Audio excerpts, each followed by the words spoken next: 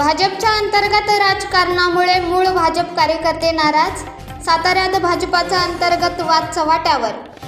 निष्ठावंत कार्यकर्त्यांना डावलले जात असल्याचं वक्तव्य विजय काटवटे यांनी केलं आहे.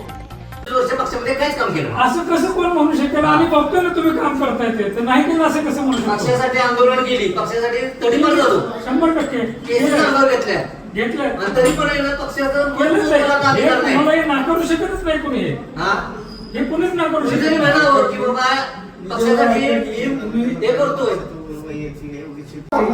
तुम्हाला अविनाश माणसं आंदोलन करतायत, त्याच्यावर काय केलं पक्षासाठी तडीपार करतायत. गोष्टीला असतो सर. पश्चिमबंगाने एक फोन केला की आम्ही लगेच येतो. आपण रात्री असू, कुठल्याही दिवशी असू, काही असू. ऐका की विजयराव गैरसमज. नमस्कार, मी नगरसेवक विजयकुमार काटवटे, भारतीय जनता पार्टीचं गेले 25 वर्ष काम करतो. आज सातारा शहराध्यक्षाच्या निवडीबाबतची मीटिंग होती.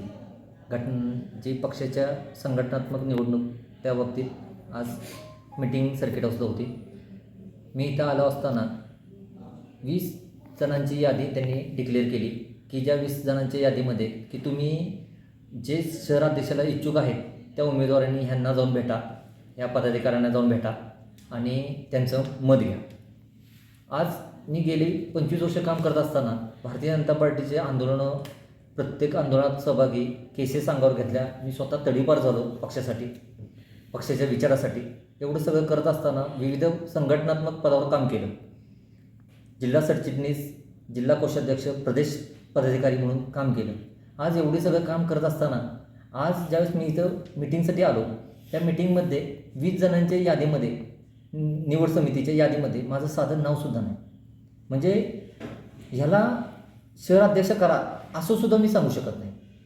मग 20 वर्ष जर का मी पक्षामध्ये काम करतो आहे, प्रामाणिकपणे पोटतिडकीने काम करतो आहे आणि विचार तळागाळापर्यंत, पक्षाचे विचार तळागाळापर्यंत पोचवतो आहे, पक्षासाठी प्रत्येक ठिकाणी आंदोलन केली, ह्या गोष्टी जर का होत असतील, पक्षाच्या काही पदाधिकारी जर का जाणीवपूर्वक मला जर का डावलं असतील, गेले 8 वर्ष कोणत्याही पदावर मला घेतलं नाही.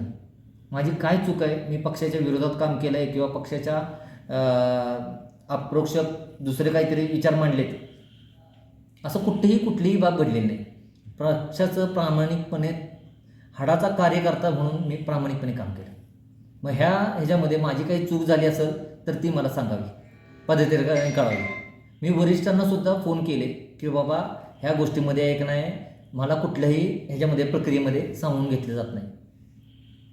आत्तापर्यंत कोणत्याही वरिष्ठांचा फोन आला नाही. शेवटी मी ही प्रेस कॉन्फरन्स घेतली आणि माझी तळमळीने विनंती आहे की जे पक्षासाठी प्रामाणिकपणे काम करतात त्यांचे विचार पक्षाने घ्यावेत, वरिष्ठांनी सुद्धा त्याची दखल घ्यावी. आज नेते मंडळीबद्दल माझी कोणतीही नाराजगी नाही आहे. स्थानिक पदाधिकारी जे आहेत, जे जाणीवपूर्वक 2-3 पदाधिकारी आहेत, जे जाणीवपूर्वक डावलतात की ह्याला कुठल्याही पदाधिकारी कुठल्या ह्याच्यामध्ये घेऊ नये. आज बूथ आमच्याकडं सक्रिय असताना, 4-5 बूथ असताना आमच्याकडं एकही बूथ दिला जात नाही. मग शेवटी एक नगरसेवक म्हणून आपल्या पेठेतला आपल्याकडं बूथ पाहिजे ना. आम्हीच दुसऱ्याच्या बूथवर जाऊन तिथलं सक्रिय भाजपचं काम करायचं, मग हे चुकीचं आहे. तर थोडंसं वरिष्ठांनी, नेते मंडळींनी, दोन्ही महाराजांना नम्र विनंती आहे की ह्या सर्व प्रक्रियेमध्ये, बारीक सारीक गोष्टीमध्ये तुम्ही लक्ष घालावं आणि चांगल्या प्रकारे ही प्रक्रिया पार पाडावी. जे प्रामाणिक कार्यकर्ते, जे तळागाळीचे कार्यकर्ते, जे प्रामाणिकपणे पक्षासाठी काम करतात त्यांना पदावर नेमावं आणि पक्ष भविष्यात 20-20, 25-25 वर्ष अजून पुढं मोदी साहेब कसे पंतप्रधान होतील, फडणवीस साहेब कसे मुख्यमंत्री होतील, ह्याच्यासाठी आपण सर्वजण काम करूया, एवढीच नम्र विनंती. धन्यवाद.